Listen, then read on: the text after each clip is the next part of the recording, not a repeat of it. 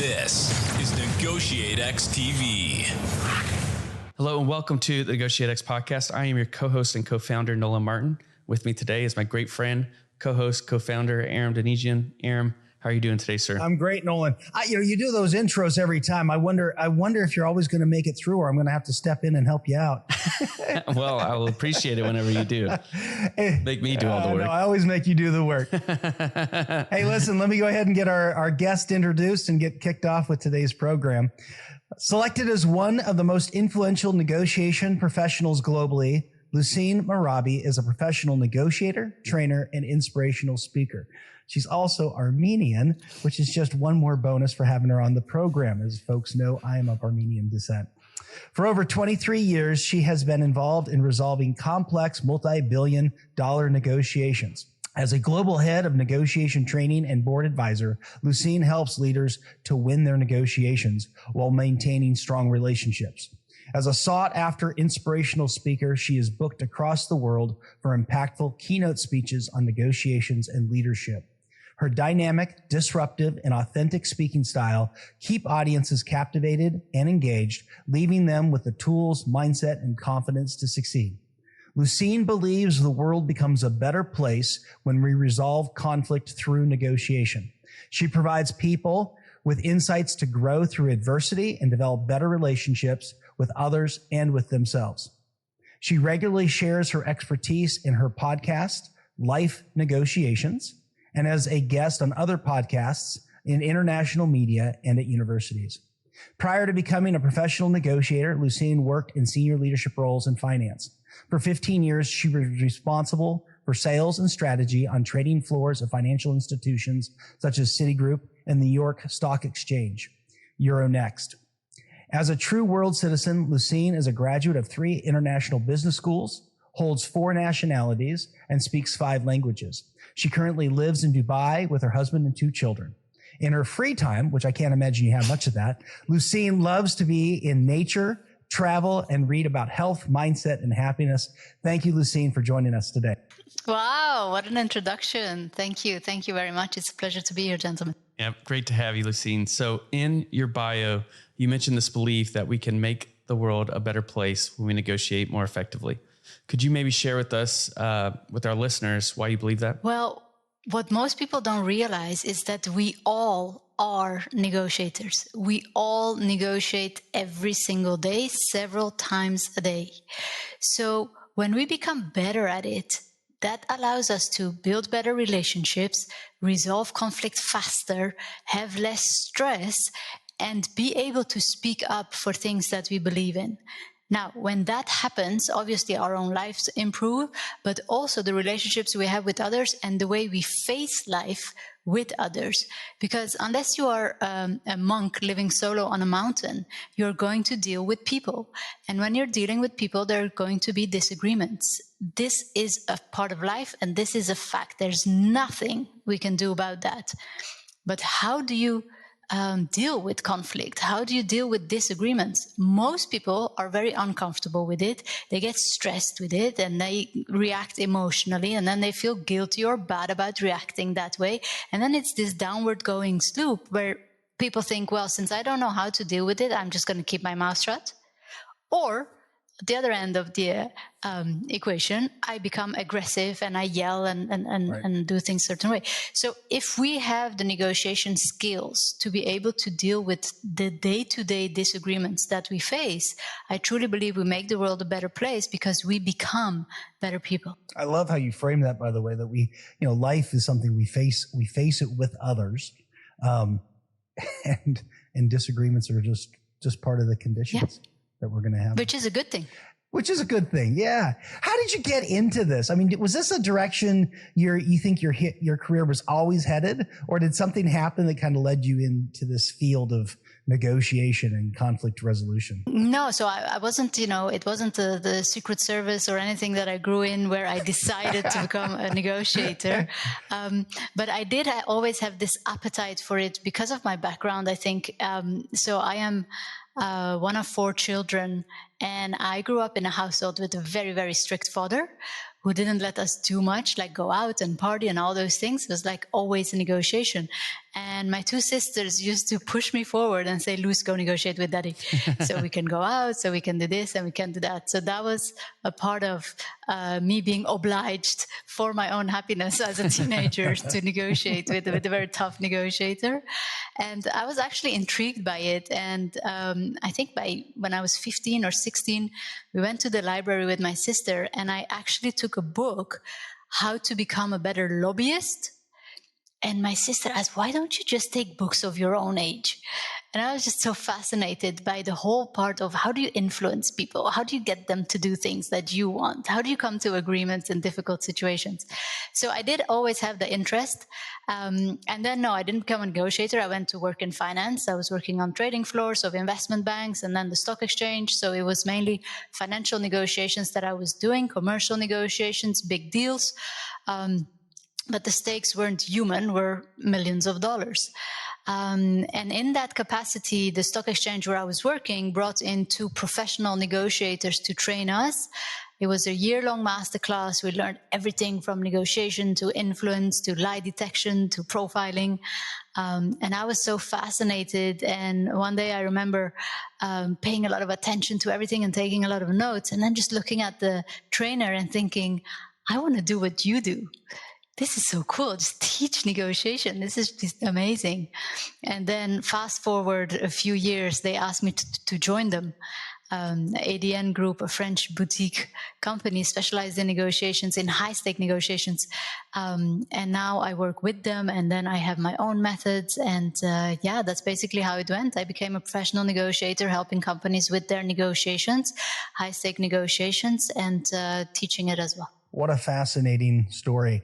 If I go back to the beginning of it, can I just ask you one follow-on, which is, how much does our family of origin, or even our, ethnic background, or just those, how critical do you think, like, those early experiences with conflict and resolution and things that we wouldn't have known were a negotiation maybe at the time when we were experiencing them, but how much does that factor into the way we think about or approach negotiations? Well, like everything in life, everything that we have been programmed to believe between birth and 7 years of age has such an impact on how we see ourselves, how we see the world, and how we deal with life and with people.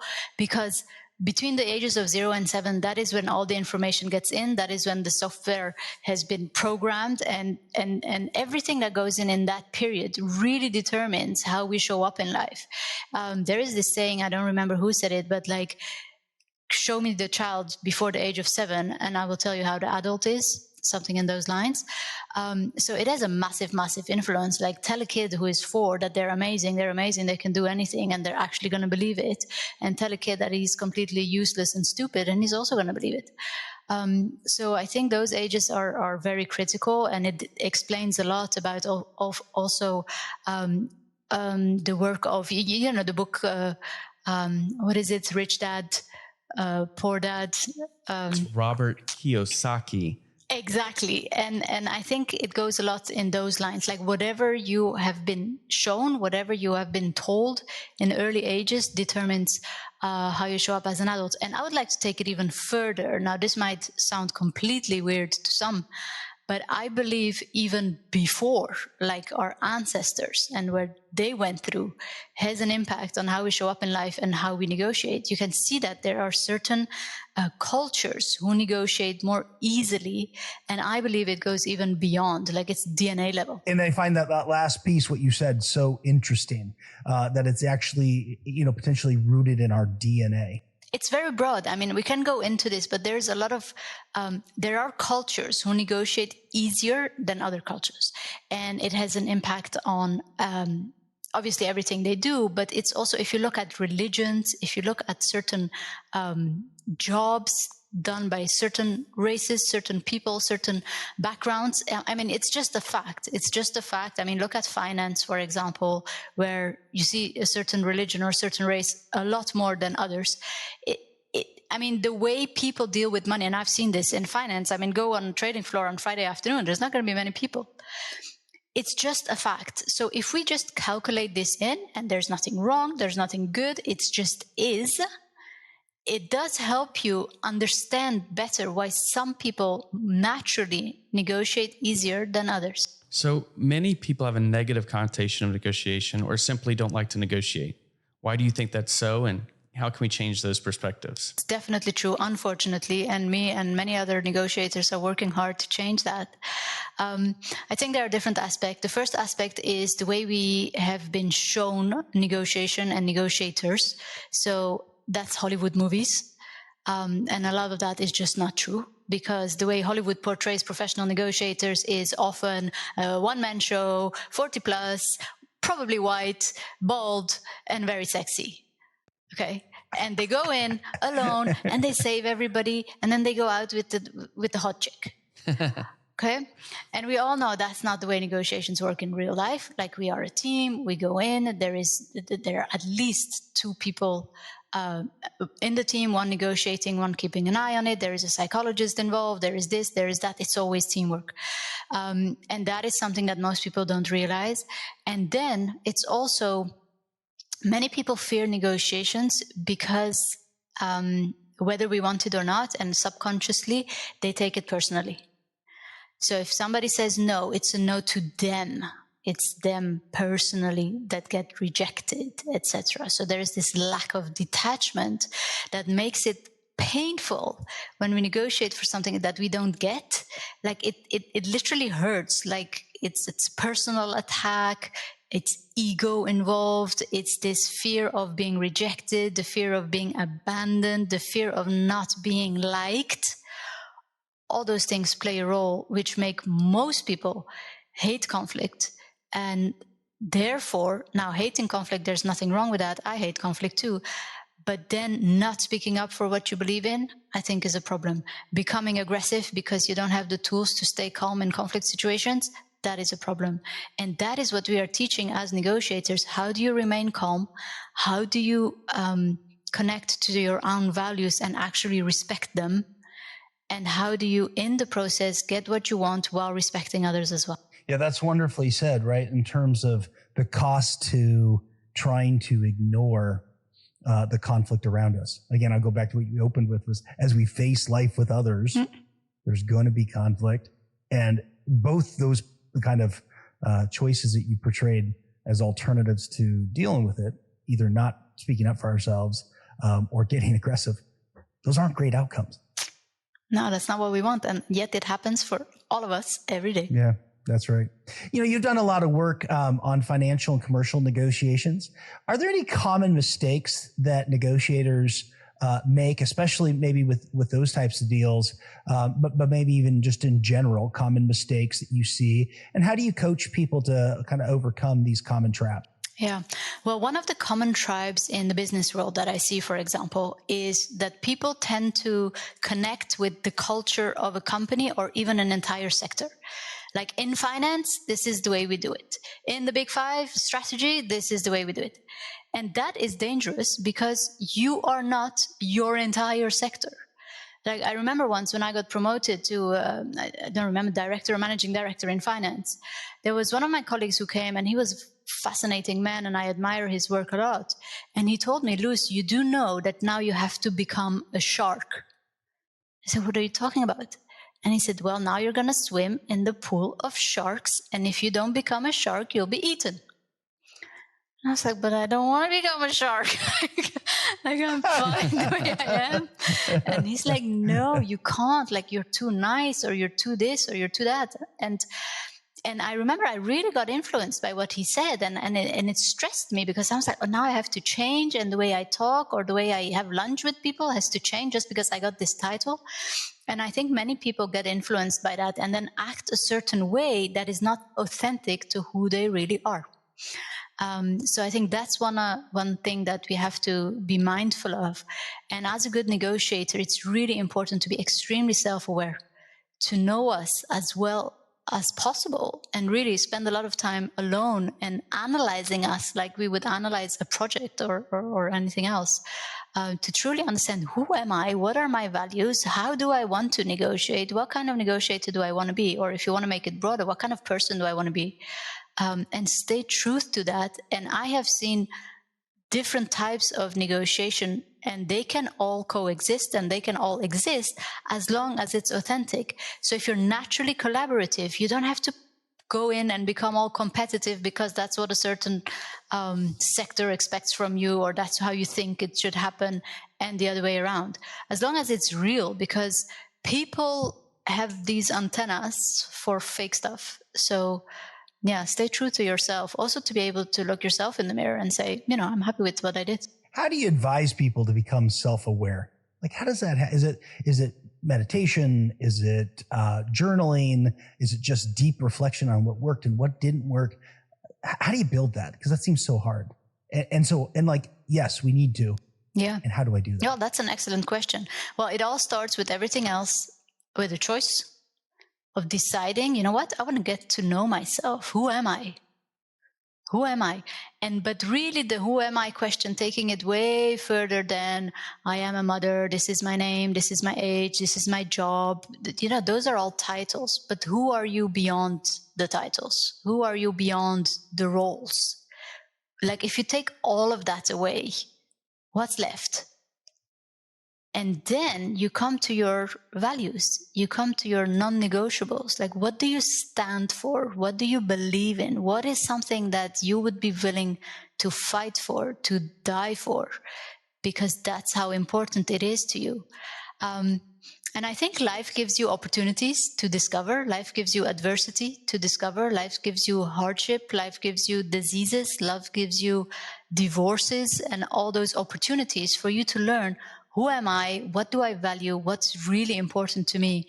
And then you can take it further, of course, and do personal development, learn about yourself. And what you said, Aram, are perfect examples: journaling, debrief, what I call, in the evening, I debrief with myself. Like, what did I do well? What could I have done better? And just ask yourself, who am I? What can I do better? How am I going to show up in life? What is the kind of person I want to be? Like, we should be teaching this in school, right? It's like, how come we are sent in the business world or any other working field without even knowing who we are? Because that's when you become influentiable in the right way and in the wrong way. Yeah. You need to have your own identity so that you can't be bullshitted by others. Absolutely. What age should we be addressing? Like, where should this be happening? Is this back to that kind of 7, 8 year old? I mean, is that too early, or is it? Well, the beauty is that high school age? Yeah, well, until 7 years old, you can put anything you want in children's heads. So if you're a parent and your kids are below 7, congratulations, you have a lot of influence. Use it. Like try it out. Tell your kids something that they don't believe yet, and they will just believe it. That's how easy it is. And then I think it's very important during teenage years, because that's when the brain grows so massively in such a short period of time that there is a lot of doubt in the brains of teenagers, a lot of doubt, a lot of anxiety, depression. That's when they're asked themselves these kind of questions. So I think if we can guide our teenagers better in that period, we can really put the foundation of creating strong adults. And then it's never too late, and it's never done. Like, the person you were 5 years ago is different than the person you are today. So it's always evolving. And the beauty is we definitely have ways to influence that and to change it for the better, to become the person we want to be and we are proud of. Absolutely. So even if you're looking at this, watching this podcast, and you're 75, it's still not too late. You can still reinvent, and you can still become who you think would be a better version of yourself. That's the beauty of personal development. You're never done. There is no end line. It's just enjoying the journey and knowing that you can mess up as much as you want. You can still wake up and start again. There's a quote that I love that you just made me think of as you said that, by an author whose pen name was George Eliot. Wrote a wonderful book called Silas Marner, a wonderful book about redemption. But what George Eliot wrote was, it's never too late to be what you might have become. Oh, that's beautiful. Yeah, that's great. I love it. So many people see negotiation as a competition. We know it can be competitive at times, and often to be more effective, we need to move to something that's more collaborative. How do you approach changing a competitive negotiation to a collaborative one? And is it as simple as digging beneath your counterpart's demands to address underlying needs? Well, digging is obviously very important. You don't want to even start a negotiation until you've actually understood what's at stake for the other party. But to answer the question, how do you take a competitive negotiation into a collaborative one? There is one very simple way that most people don't use. Now, we know that unfortunately, nearly 90% of negotiations are competitive. Competitive people going in with, this is what I want, and I win, you lose, and they pretend it's a win-win, which always ends up in a win-lose or in too early compromise or whatever. Now, if we want to transform that, there is something that we can shift right at the start of the negotiation to change the energy and the mindset people are in. And the way we do it is by pronouncing a shared common objective. So this is something that we say that we would both benefit from, no matter what we are disagreeing on, something that we would both, when I say both, I mean all parties on the table, would benefit from if we were to come to an agreement. Let me give you an example. Here, for example, in Dubai, the rent is due annually. So there's only one negotiation per year. You agree on something, and that's the way it goes. And you have to pay upfront as well. Now, there are different things that you can negotiate, but people go in with, okay, this is what I want, this is the amount of rent, this is the number of checks or whatever they have in mind, and they go in and they start negotiating. But what I did is, so I negotiated my rent, all good. It was time to negotiate the new one. And I called my landlord. And the number one thing is never assume that they want to negotiate with you. Never assume that they want whatever you think they want. Verify first. And the very first thing is to verify, does he want to rent the house to me again? Like, people just assume, but don't assume anything. So I asked him, so our, it's almost ending. Would you like to rent your house to us again this year? And he said, yes. Okay, check. And then you already have a yes, by the way, which is important for the unconscious. He said yes. Then I said a shared common objective. So this is just an example. I said, okay, now, if you and I were to come to an agreement for next year's rent, right now, we would both save time, energy, and money. Right? Yep. And he said, right. So there we already had a second yes, and we were on board of saying we will both save time. I don't have to look for a house. You don't have to look for a tenant. We would save money because it costs me money to move. It costs you money to renovate the house and bring somebody else in, and energy. And we both agreed on that. So then you put him in a mindset of saying it's better for you if you find an agreement with me. And it's better for me if I find an agreement with you. So that already you're taking off the competitive edge of, obviously I'm coming in because I want to pay less rent and you want me to stay, but you don't want me to pay too little. So this is just an example, and there are many examples like that, but by pronouncing a shared common objective, so that is not what you want and that is not what you think they want. It is something that you would both benefit from if you were to come to an agreement. And this even applies to suicide negotiations, hostage negotiations, any type of negotiations where you're like, we have nothing in common and there is nothing we would both benefit from. No, search further, because the fact that you're negotiating means there is at least one thing that you both want. And that can be saving time, it can be saving money, it can be saving reputation, it can be a lot of things. And that's where you have to be creative, put yourself in the other shoes, use your empathy and curiosity, and try to understand what is it that they would also benefit from if we were to come to an agreement.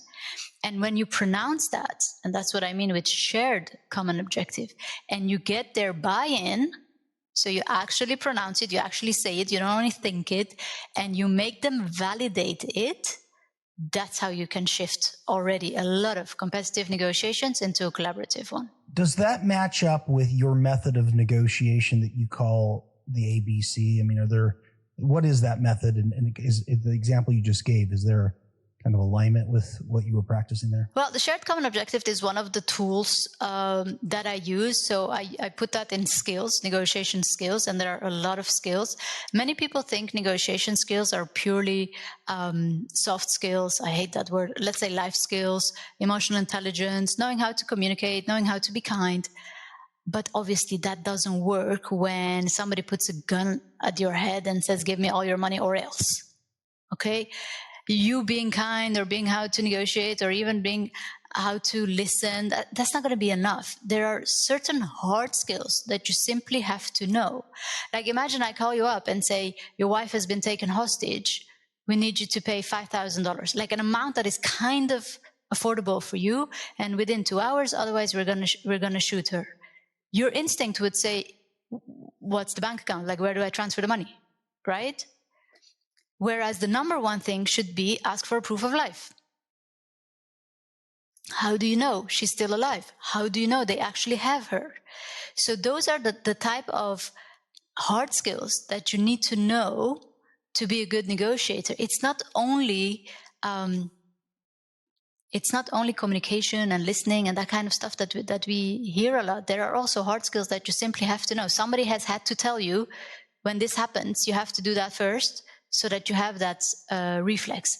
And once you know the basics and once you learn these things, then you can come to agreements faster because it becomes automatic. Like it's the first thing you're going to do in that situation. Now, my ABC method, it's interesting that you asked that because I've never shared this on a podcast before. This is only what I share when I'm actually being paid. Lucky us. Yeah, I will quickly share it. So I made this method because I believe negotiation goes way further than just knowing the skills and the tricks and the tactics. It's not about learning how to negotiate better. It's about day-to-day becoming a better negotiator. And where most negotiation trainings, be it from business schools or from the FBI or whichever method you use, we're only focused on the skills. Like do this, do that. Yeah.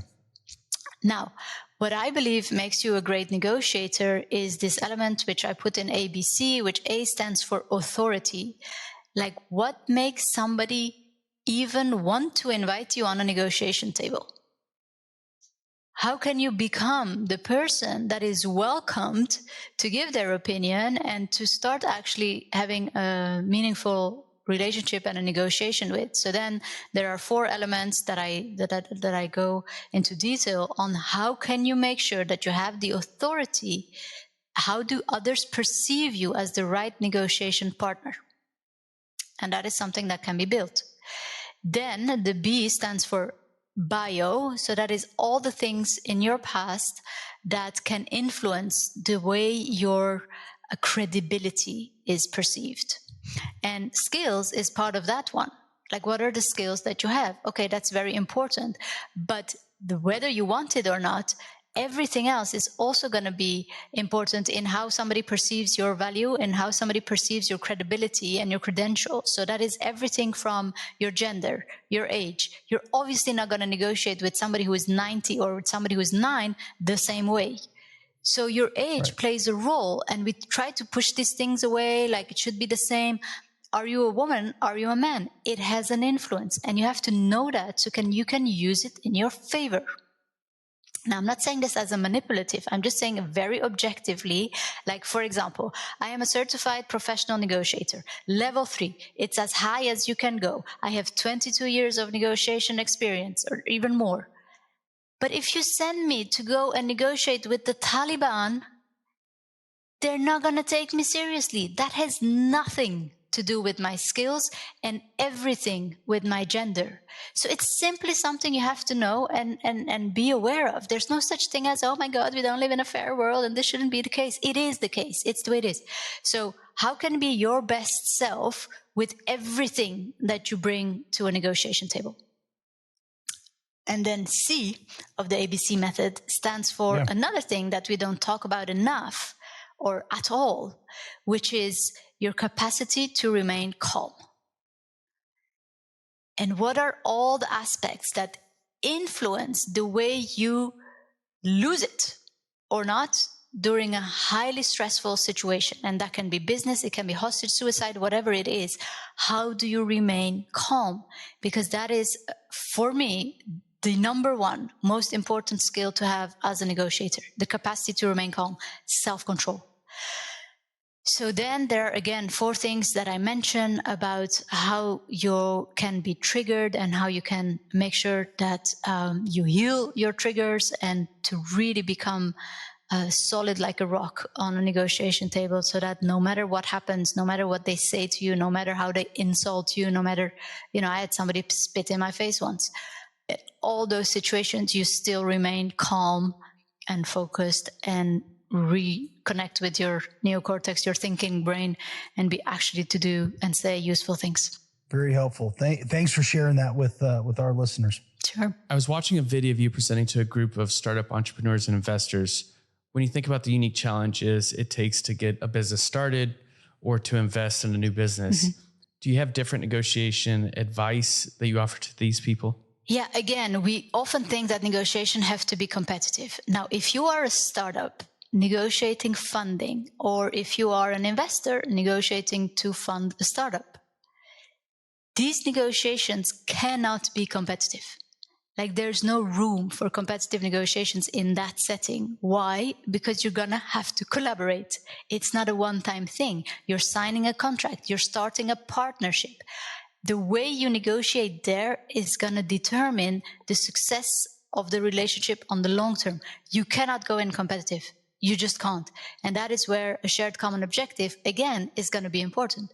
So in this situation, for example, startup investor relations and negotiations, a shared common objective is not going to be, we're going to earn a lot of money. Yeah, like that's a side effect of doing this properly. But why does an investor invest money to earn money? Why does a startup want money to make money? Okay, fantastic. We both want the same thing, but there's more to it. So a shared common objective could be, okay, thank you for coming.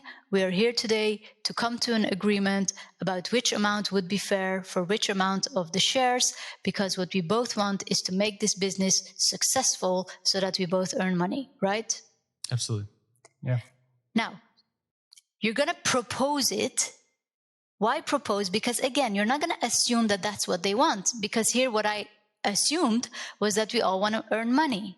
But maybe this investor is investing money because they really believe in the cause, or they want to leave a legacy, or whatever else it is. And by sharing a shared common objective, you're giving them an opportunity to share what's important to them, because they might say yes, wonderful, but they might also, well, actually what matters to me is this. And boom, now you have very important intel. So always propose a shared common objective. Go into a negotiation with having at least 2 in your mind, which you could use, propose, and see how they react. I like the advice of having at least 2, right? So what you just kind of spoke about, your example kind of highlights both the tangible and intangible value gained from developing a relationship with others. When you think about things like trust, rapport, and respect, how do you develop these in a negotiation? And do you invest the same in every relationship, or do you have to choose which ones that you put more effort into than others? Well, I want to start off by saying, again, I like to be disruptive, as you might have heard. I like to start by saying that I believe you don't necessarily need trust to come to an agreement. Like, we often negotiate with people that we don't necessarily trust because we don't know them well enough, or we don't agree with everything that they stand for, and yet we can still come to agreements. Like, you can sell your car to somebody that you absolutely hate. So trust is not a necessity. And there where we mix things up is that we go so far with the whole trust aspect that people think that we have to like completely love people before we can come to an agreement. No, you can hate somebody and still come to an agreement. When we talk about trust, it's about being trustworthy with what it is that you say in the negotiation and that you're actually going to apply it. That's what matters. So just be trustworthy in the process of the negotiation. Don't lie about something that you will do and that you're not going to do in that negotiation. That's as far as trust goes. And I think even if you really don't trust people at all, you can still make the effort to make it that way. It's just trustworthy for the negotiation. And then what is building a bond? Again, we're making it such a big deal out of you have to build bond and you have connection, etc. It's just to make somebody want to talk to you. That's it. Don't assume that they're willing to talk to you because they might not be. So it's just, how do you make somebody want to talk to you? And it's by being trustworthy in the negotiation process. It's you earn trust by being trustworthy. Do the first step. Make a small concession. Do something that shows people that you have integrity, that they can rely on you, that if you say, I'm going to do ABC, you're actually going to do ABC. And that's it. So, of course, it's crucial. It's super important. Without those basics, you will not make somebody want to talk to you. And if they don't talk to you, you don't get the intel that you need. You can't negotiate. So if you want a strong relationship in that negotiation process, just to get what you want out of it by making them talk to you, giving the intel that you need to do the baseline right, which is building a bond, building a level of trust, and making sure that they are not afraid to talk to you. Hey everyone, Nolan here. I have to jump in today's podcast for part A of the show. Be sure to rate, review, and subscribe to the NEGOTIATEx podcast if you haven't already. And also join us next week for part B of this awesome interview. Hey, thanks for checking out this video on NEGOTIATEx TV. If you found any value at all, please hit the subscribe button, hit the notification icon if you want to be notified of future videos. And then we also have a couple videos over here that you might be interested in checking out. If you in your small business, your team are looking to get negotiations or leadership training, then you can head over to negotiatex.com and learn more about the coaching services we offer. Thanks, and I'll see you over in the next video.